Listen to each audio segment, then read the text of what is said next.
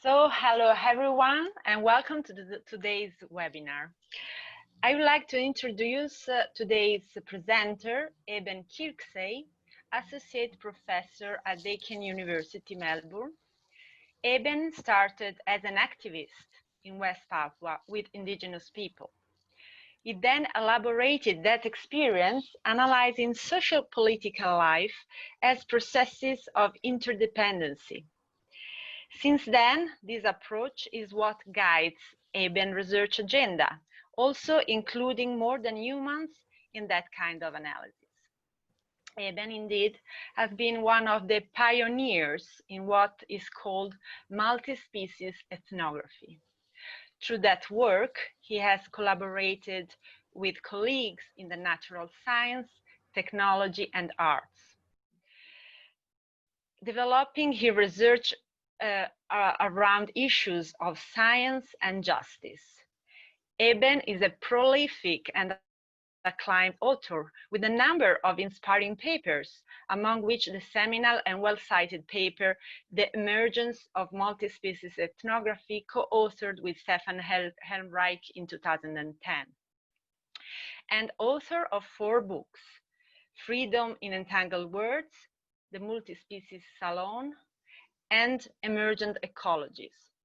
This year, while staying at the Institute for Advanced Studies in Princeton, Eben has completed his last book, entitled The Mutant Project, that analyzes how various actors are remaking the human race with the technology of gene editing called CRISPR.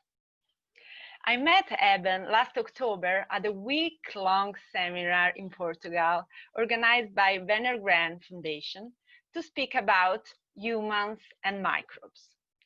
While we were anticipating many of the themes that are so popular today, that symposia looks ages ago. At the beginning of the pandemic outbreak, Eben has organized a group called Coronavirus Multispecies Reading Group. You can find it on Facebook. We are a bunch of people meeting informally every week to discuss the pandemic from a multispecies perspective, in dialogue with scientists and artists. This webinar is an occasion to reflect on that intellectual journey, also through Eben's freshly published paper.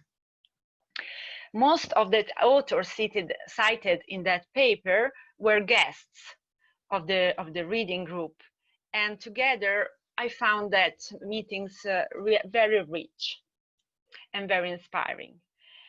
Eben, as myself and as many of you who are participating at this webinar, I think we are anthropologists and we are not virologists. But I think, and Eben, I'm sure, think that as anthropologists, we have a say, and an important one.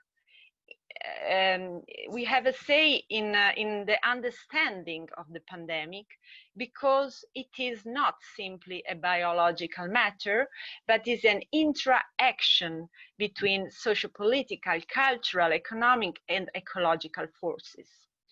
So today, Eben will discuss his recent paper on COVID, published on the journal Anthropology Now.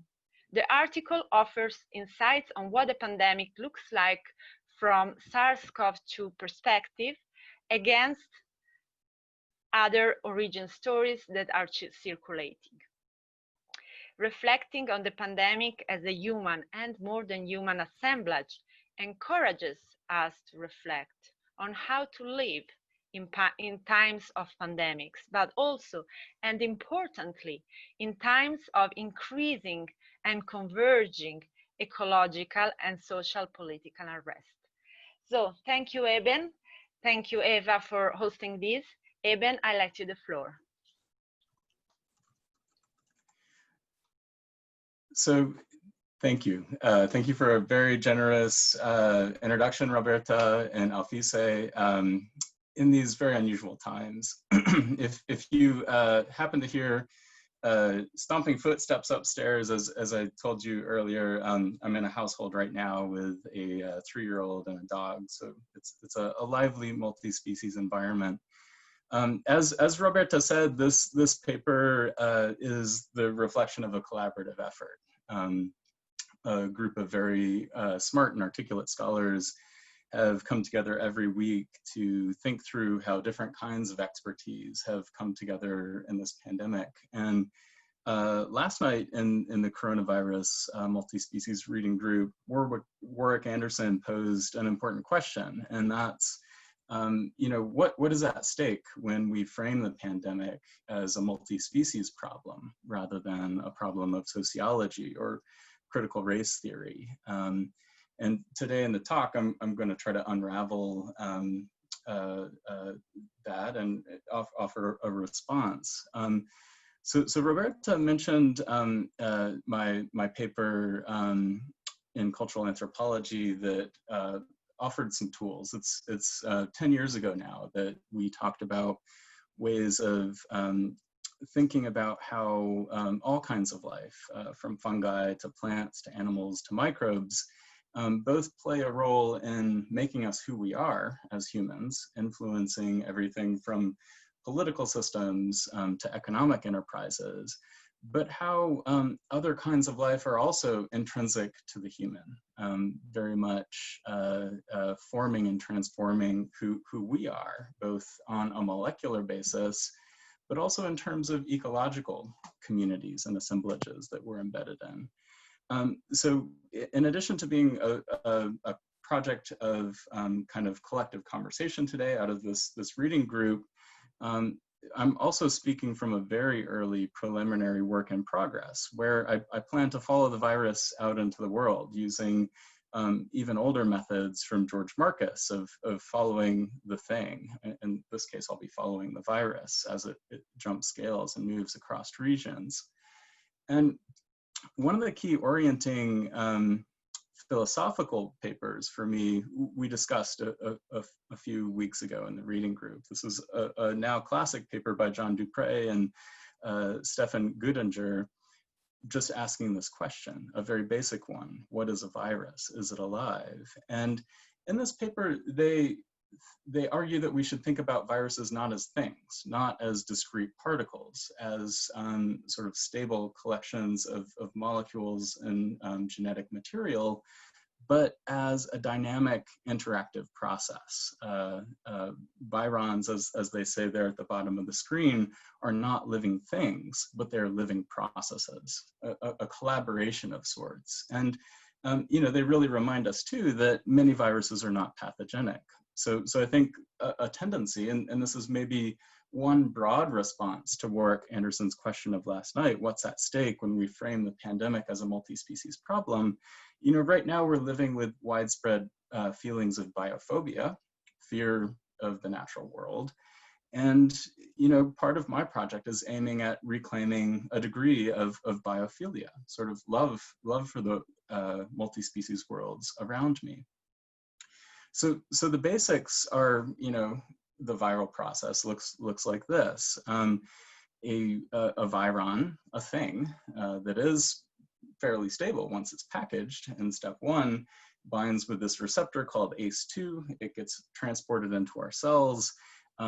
This is an RNA virus. It only has one long strand of genetic material. It doesn't have chromosomes. So some of the early reports that we heard about the possibilities of co-viral infections and rapid acquisitions of new genetic materials, when you really sit down and discuss this virus with coronavirus experts, with folks not who are the ones out there running their mouth in the media, but those who've been studying this group of organisms for decades, you realize that RNA doesn't mix and match chromosomes quite as fast and loose as other kinds of viral life. It mutates a lot, but these are small point mutations, small, slow changes. So imagine this process of going into the cell, collaborating with our cellular machinery, forming these viral envelopes, and then the new virus particle goes out into the world and does what it does.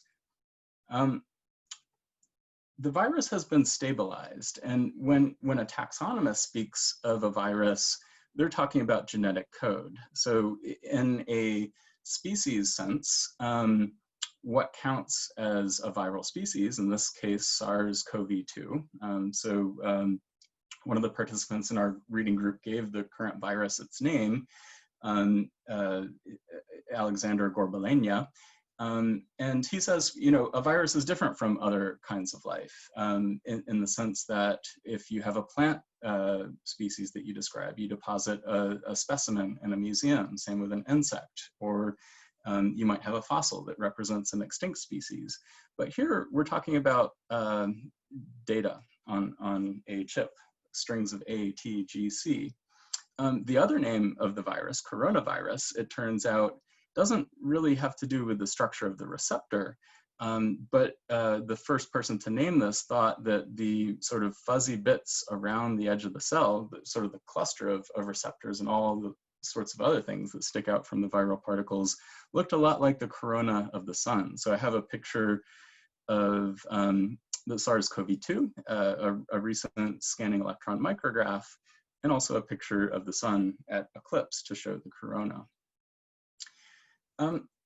In our original article, the one that I wrote with Stefan Helmreich, introducing the idea of multi-species ethnography, again, we were interested in this process of becoming, how new kinds of relations emerge from symbiotic attachments, the mingling of diverse kinds of creatures and beings, the sort of non-hierarchical alliances that are generative. And this taxonomic tree on the top of the screen comes from a paper by Stefan that we read and discussed in the group, showing that genes are jumping around all the time. The tree of life, as it's popularly understood, doesn't really exist when you look at the genetic sequences. In fact, many of the genes in our genome, by some estimates up to half or even 2/3, are viral origin. We are viruses, and viruses are engendering new kinds of becomings in humanity. But even though we have these very complicated models of how evolution works, these elaborate theories that sort of go against what you were taught in grade school if you took a biology class, down at the bottom right of the screen, you see a traditional cladogram. This is from a interactive tool called NextStrain. So you can see all the coronavirus, the SARS-CoV-2 genomes that have been uploaded in this data set, and then they map it over time. But what you get are branches, and the idea of sort of different elements moving around, species moving around strains, moving around even kingdom, isn't really being considered, at least in this one way of representing the data. A single branch could actually converge later. So part of my interest in the coronavirus is this very broad question: what is the human becoming? And it's a question that I'm answering in the book that's coming out later this year called The Mutant Project. So that fact of life that I just mentioned, the fact that a lot of our genetic material comes from viruses, that it dominates vertebrate and plant genomes, is really kind of mind-boggling when you think about conventional understandings of human nature. We've known this for a while. We've known this at least since the year 2000, when the first draft of the human genome by Eric Lander and others revealed that a lot of the genes that make us who we are these so-called jumping genes that move around chromosomes, that move around phyla. In the current book, I'm looking at a new tool of molecular biology, one that was derived not from viruses, but bacteria, a molecule called CRISPR-Cas9 that can be used to do some of the same things that viruses are already doing to our genome. So with CRISPR, you can induce double-stranded breaks. That means breaking the DNA, and sometimes at that site of damage, a new gene comes into being because the damage is creative. It can also produce harm. I think it's too easy to celebrate mutation, either the mutations that are engendered by viruses or ones of sort of human origin. And the book is a story of the world's first genetically modified people, following very closely. I managed to negotiate access to the lab in China where infamously a scientist named Dr.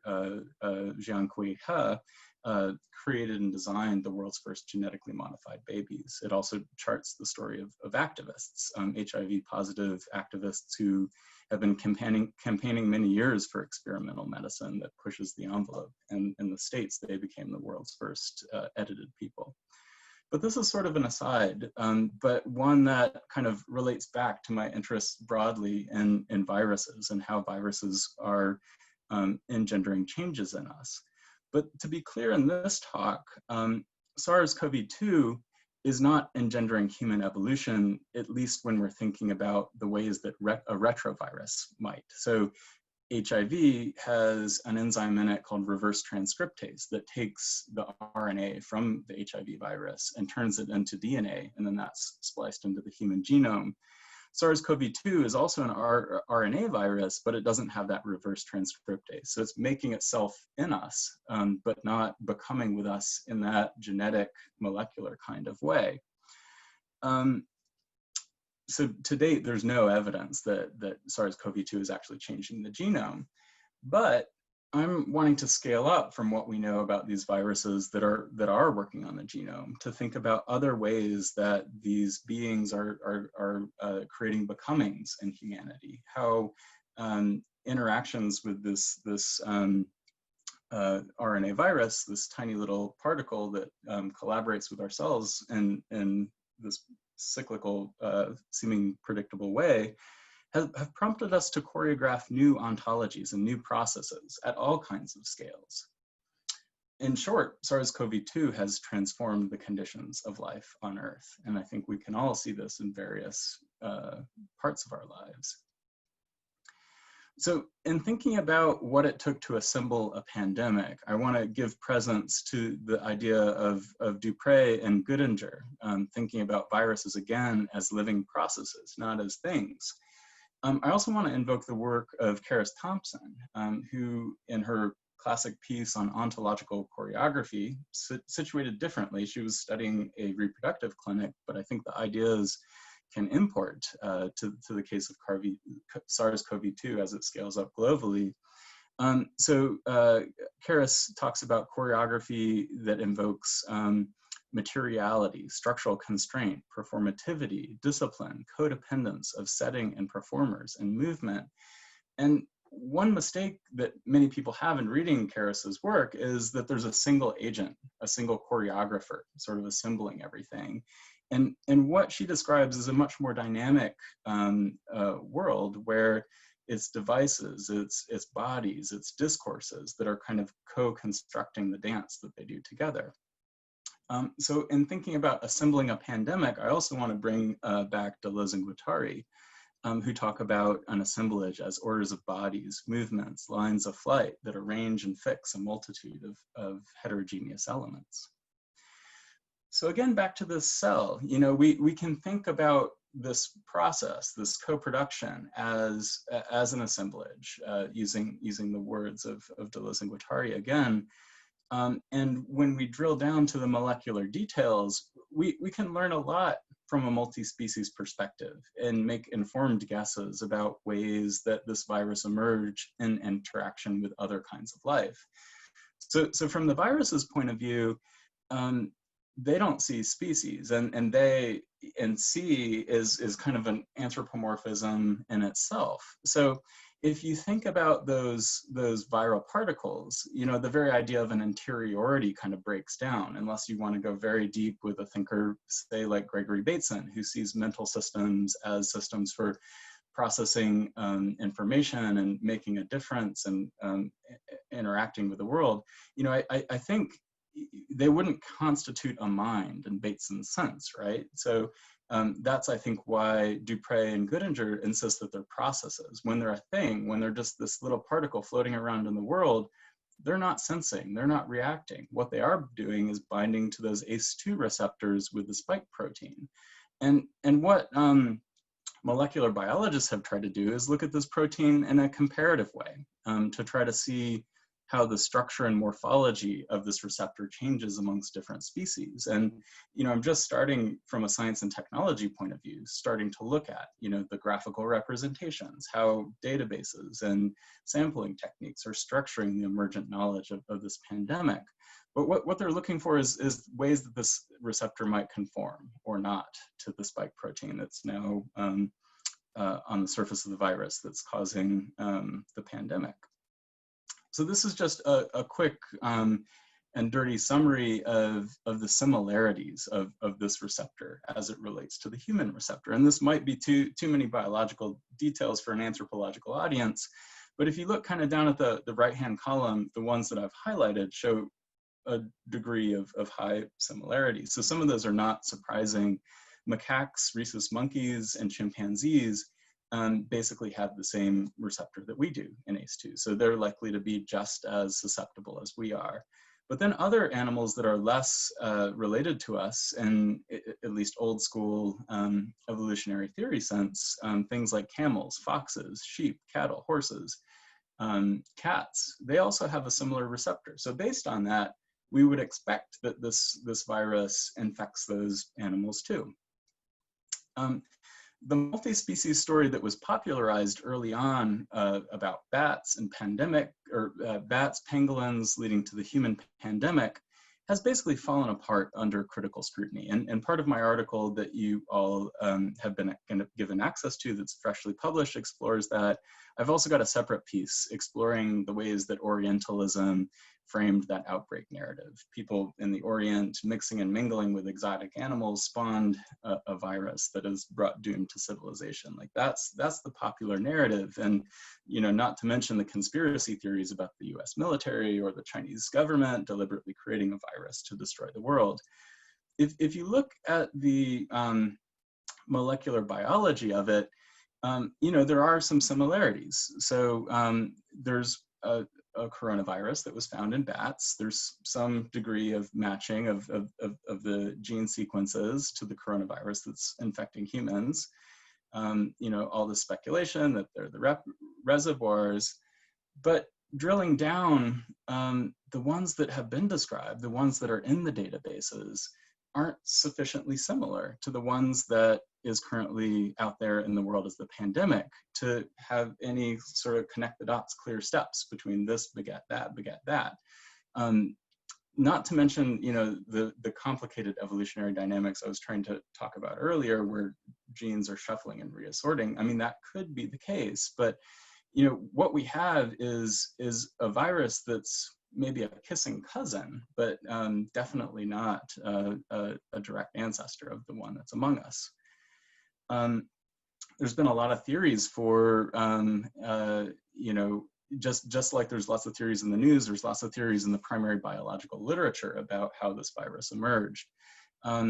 Some people think that it was already out there among people for a long time before people started getting sick in a cluster and it was recognized. And some point to the emergence in Wuhan, not as a story of a viral event where there were genomic changes, but as a story of histories of science and technology. There's a critical mass of coronavirus experts in the Wuhan province at this lab that's in the media.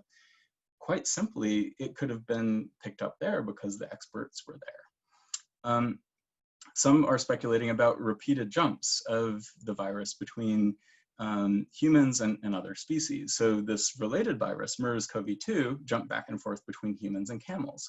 So what we see, again, with that ACE receptor is that it matches humans, and it's a pretty good fit, but it's not a perfect fit.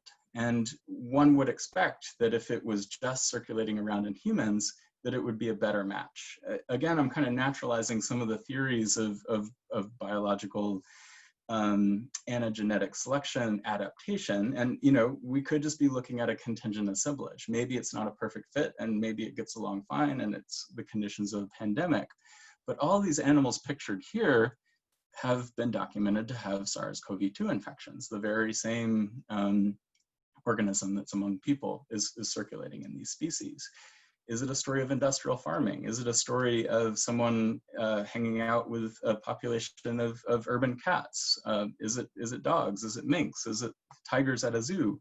We don't know yet. And this is why it's a preliminary work in progress talk. To answer this story, it's going to be a long process. Empirically rigorous research lies ahead.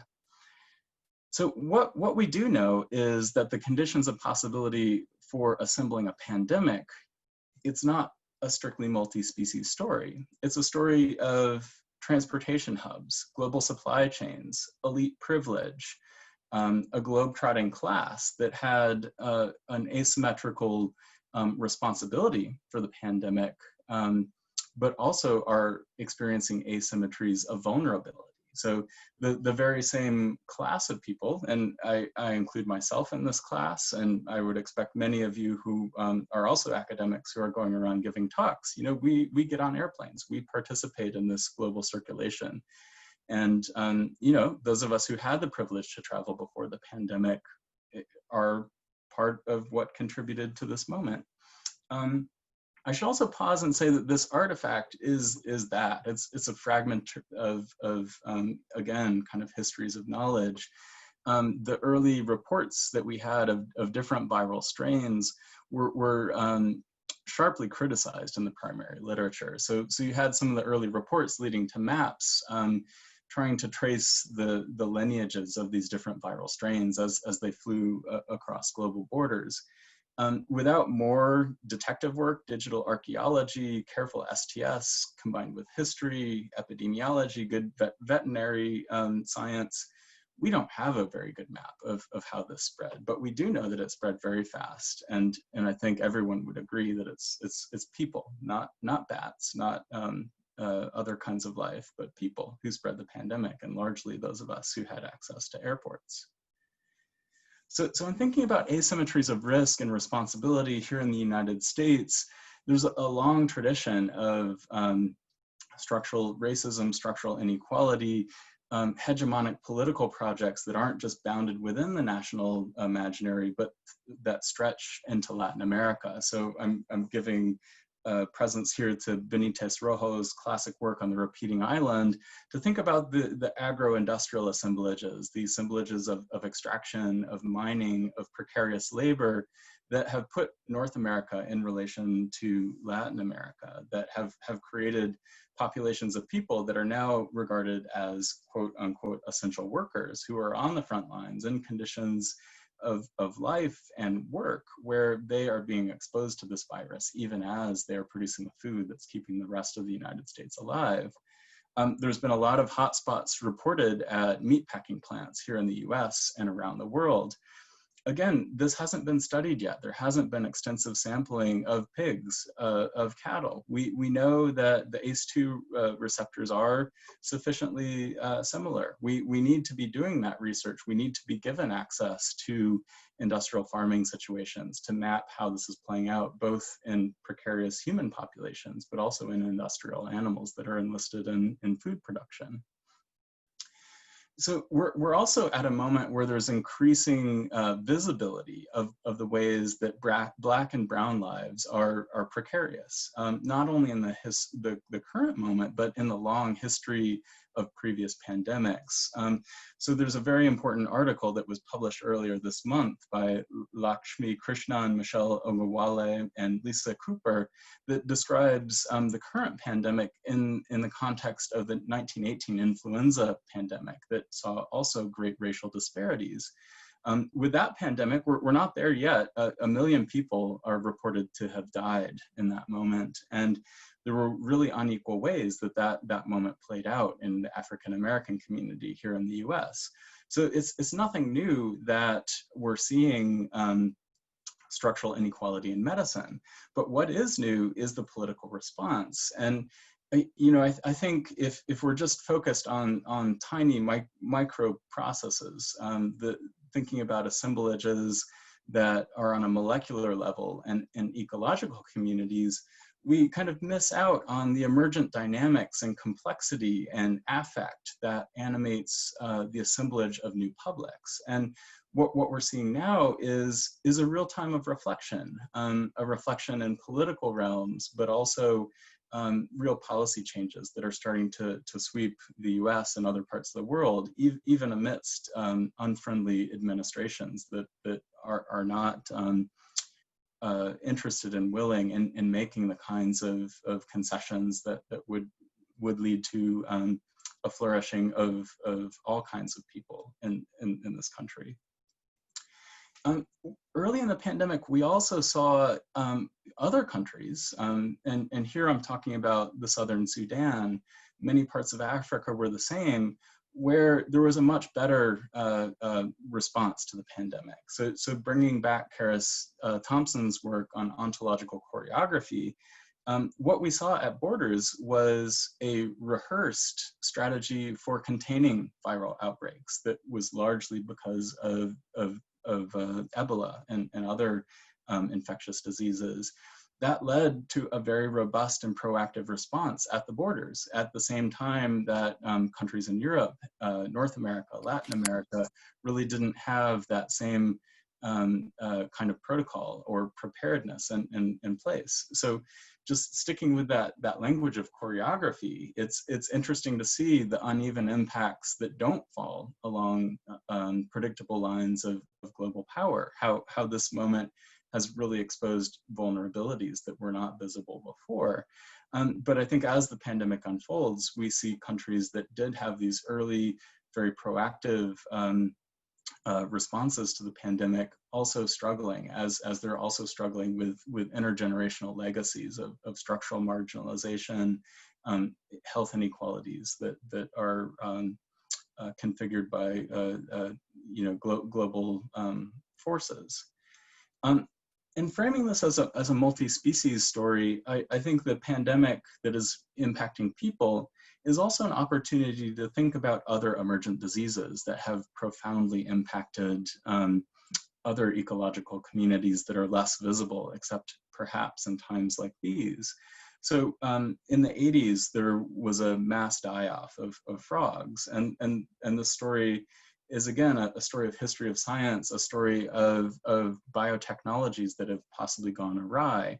One laboratory animal, a frog called Xenopus laevis, was widely used in experimental medicine. Sorry. Bless you. Ça, c'est pour toi. Café avec les chicorées pour ne pas que ça soit trop. Ouais. So one frog was. J'ai un peu de chicorée. Ça, c'est à côté de lavabo parce qu'on n'a plus de trucs qui marchent pour le savon. Savon des mains, oui. Please, can you? Done. Yeah, thanks.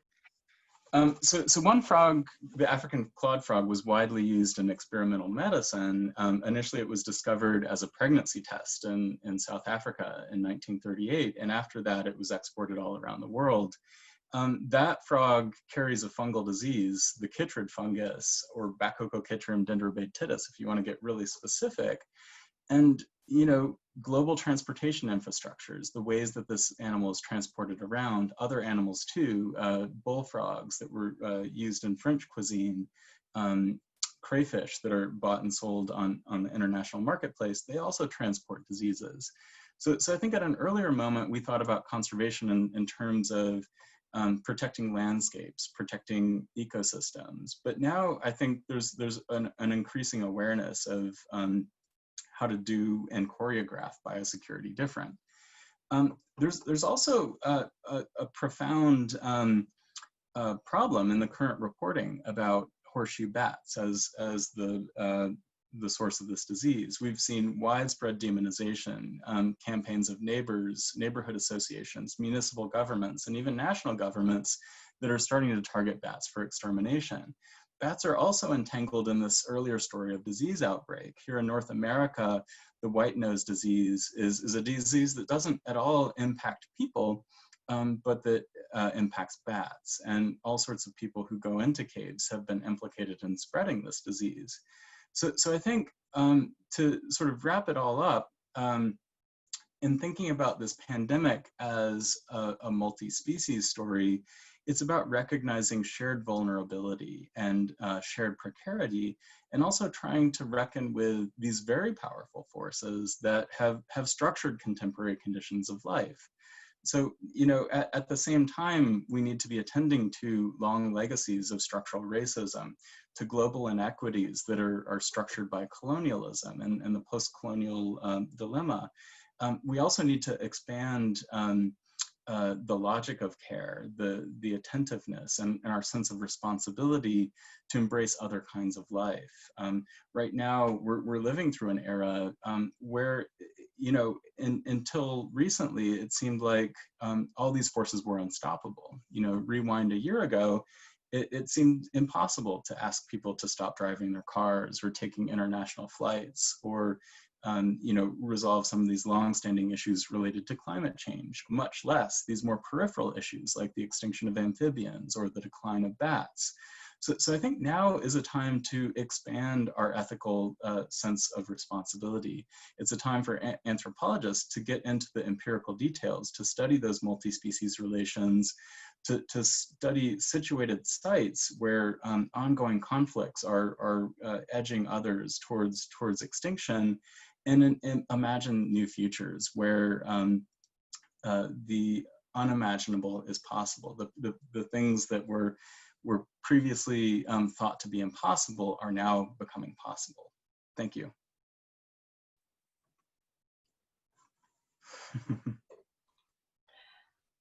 So thanks a lot, Eben. Thank you. I see many people clapping your hands, and I join them. Thanks a lot for this really precise, clear, but also inspiring talk.